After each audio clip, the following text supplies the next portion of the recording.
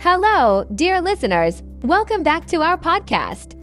I'm Linda, and I'm here with my co-host Leo, and we have something special to talk about. That's right, Linda. Hi, everyone. We're going to dive into a topic that is really important in our everyday lives, feelings and emotions. Yes, feelings and emotions.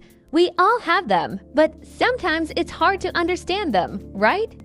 Especially when you're trying to express them in English. Exactly. Now we're going to talk about what feelings and emotions are.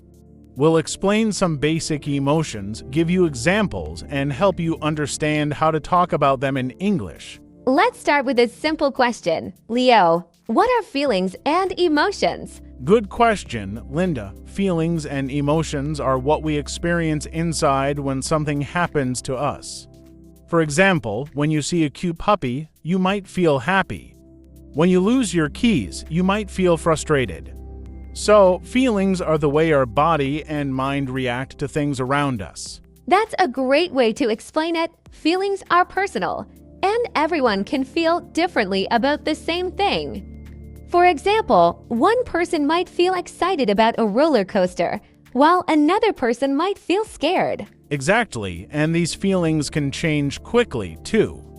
You might feel happy when you're eating your favorite ice cream, but then feel sad if it falls on the ground. Oh no, that would be so sad. So let's talk about some common feelings and emotions that people experience.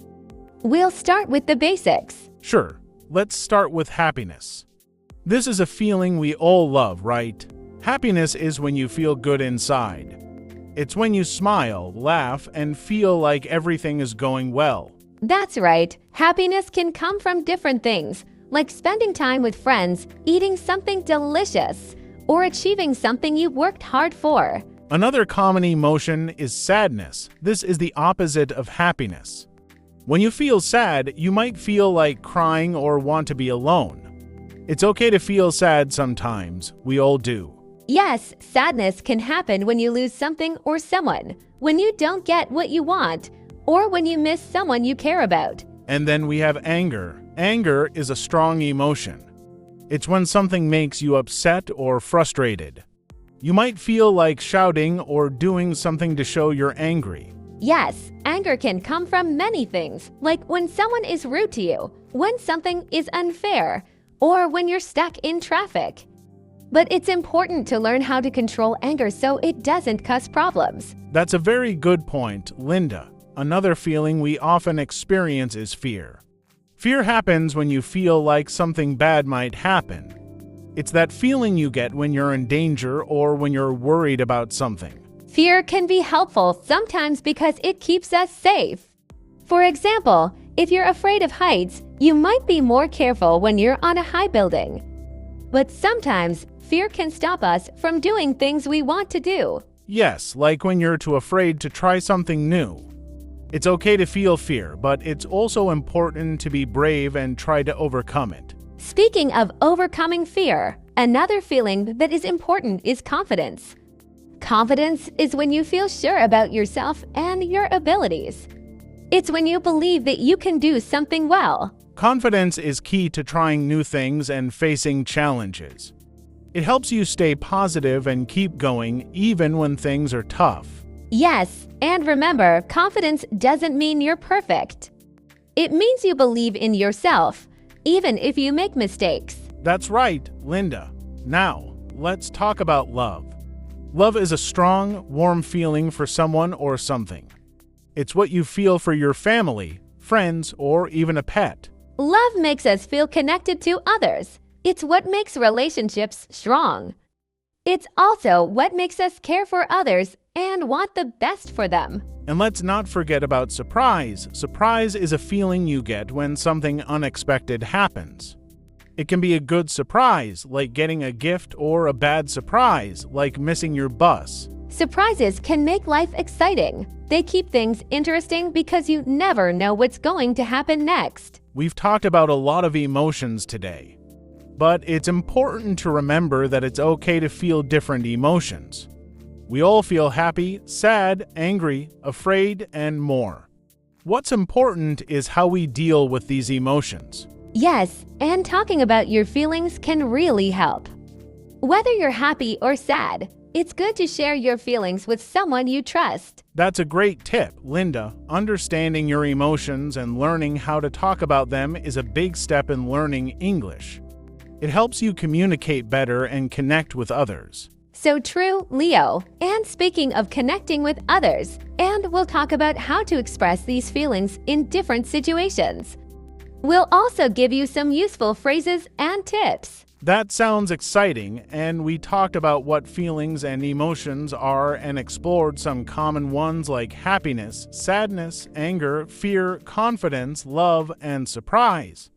And now we're going to dive deeper into how to express these emotions in different situations. Yes, Leo, it's one thing to know what emotions you're feeling, but it's also important to know how to talk about them, especially in English. So let's start by discussing how to express positive emotions like happiness and excitement. That's a great idea, Linda. When you're happy, you might want to share that happiness with others.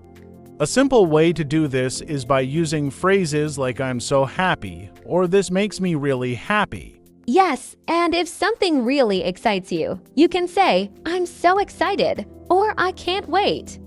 These phrases show your enthusiasm and let others know how much you're looking forward to something. Another positive emotion we talked about is confidence. If you feel confident about something, you can say, "I'm confident I can do this," or "I believe in myself." These phrases show that you trust your abilities. And if you want to encourage someone else, you can say, "You can do it," or "I believe in you." Encouraging others not only helps them feel better, but also strengthens your connection with them. That's a great point, Linda. Encouragement is a powerful way to show support and build positive relationships. Now, let's talk about expressing love and care. Yes, love is a deep and strong emotion. When you want to express love, you can say, "I love you" to someone special, like a family member or a close friend.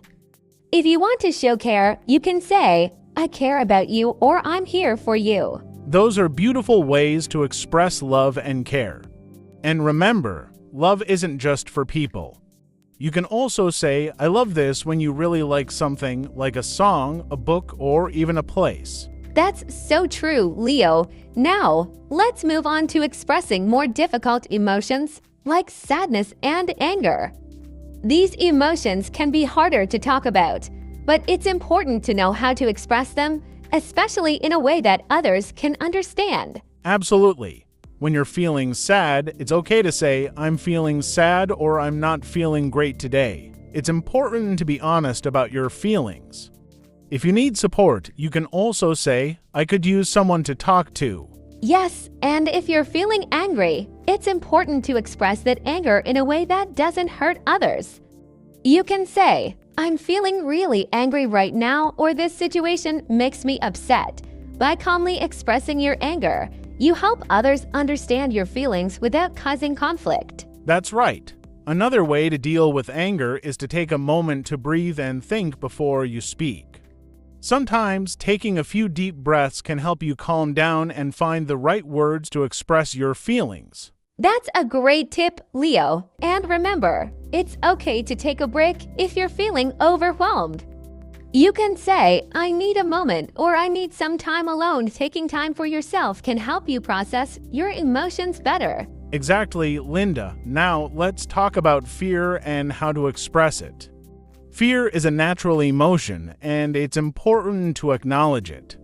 You can say, "I'm feeling scared," or "I'm worried about this." Yes, and if you're afraid to do something, you can say, "I'm afraid to try this," or "This makes me nervous." It's okay to express your fears, and sometimes talking about them can make them seem less scary. That's so true, Linda. And if someone you know is feeling afraid, you can offer support by saying, "It's okay to be scared," or "I'm here with you." Sometimes just knowing that someone is there for you can make a big difference. Yes, offering support is so important. Now, let's talk about the emotion of surprise. Surprises can be good or bad, and the way we express surprise depends on the situation. That's right. If you're pleasantly surprised, you can say, "Wow, this is amazing."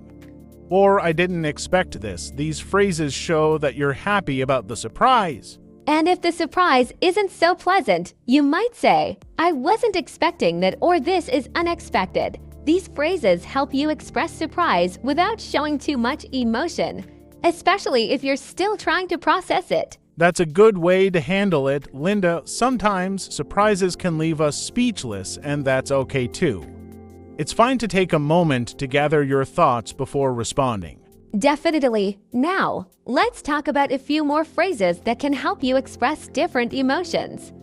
For example, if you're feeling grateful, you can say, "Thank you so much," or "I really appreciate this." Gratitude is a wonderful way to show your feelings. Yes, and if you're feeling confused or unsure, you can say, "I don't understand," or "I'm not sure about this." It's important to ask for help when you need it, and expressing confusion is the first step. That's very true. Leo, another emotion that's common is feeling tired or exhausted. You can say, "I'm so tired," or "I need to rest." It's important to listen to your body and take breaks when you need them. Yes, taking care of yourself is key, and if you're feeling hopeful or optimistic, you can say, "I'm hopeful," or "I think things will get better." Expressing hope can help you stay positive and motivated. Those are great examples, Leo. And let's not forget about frustration. When something isn't going the way you want, you can say, "This is frustrating," or "I'm really struggling with this." It's okay to express frustration as long as you do it calmly. That's a good point, Linda. Expressing frustration calmly can help you find solutions instead of making the situation worse. Exactly. Now, let's talk about some situations where you might need to express your feelings. For example, what if you're at work or school and you're feeling overwhelmed? How would you express that? In that situation, you might say, "I'm feeling overwhelmed," or "I need some help with this." Being honest about your feelings can help others understand what you're going through and offer support. Default text. That's very helpful, Leo. And what about in a relationship? When you're feeling hurt or upset by something someone said or did, how can you express that? In a relationship, it's important to be clear and honest. You might say, "I'm feeling hurt by what you said," or "I'm upset because of what happened." By expressing your feelings calmly, you can open up a conversation and work through the issue together. That's a great way to handle it, Leo. Communication is key in any relationship, and expressing your feelings is a big part of that. Absolutely, Linda, and sometimes we might feel a mix of emotions which can be confusing. In those cases, you can say, "I'm feeling a lot of emotions right now," or "I'm not sure how I feel." It's okay to feel more than one emotion at a time. Yes, emotions can be complex, and it's important to give yourself time to understand them. Talking to someone you trust can also help you sort through your feelings. That's very true, Linda, and remember, it's okay to ask for help if you're struggling with your emotions. You can say, "I need someone to talk to," or "I could use some support right now." Reaching out for help is a sign of strength. Yes, Leo, asking for help shows that you care about yourself and your well-being. It's an important step in taking care of your mental and emotional health. That's so important, Linda. We all have feelings and emotions, and learning how to express them in English is a valuable skill. It helps you connect with others, build relationships, and take care of yourself. Absolutely, Leo. And at the end, remember that it's okay to feel all kinds of emotions. Whether you're happy, sad, angry, or scared, your feelings are valid, and expressing them is a healthy way to deal with them. That's right, and if you ever feel like you're struggling with your emotions, don't hesitate to reach out for help. There's always someone who cares and is willing to listen. We hope this podcast helped you understand more about feelings and emotions and how to express them in English. And one last thing before we go, if you enjoyed this podcast, don't forget to share it with your friends and family who might also find it helpful. You can also leave a review and let us know what you think. Your feedback means a lot to us and helps us make our content even better. Thanks again for listening, and until next time, take care and keep learning. Bye for now. Goodbye.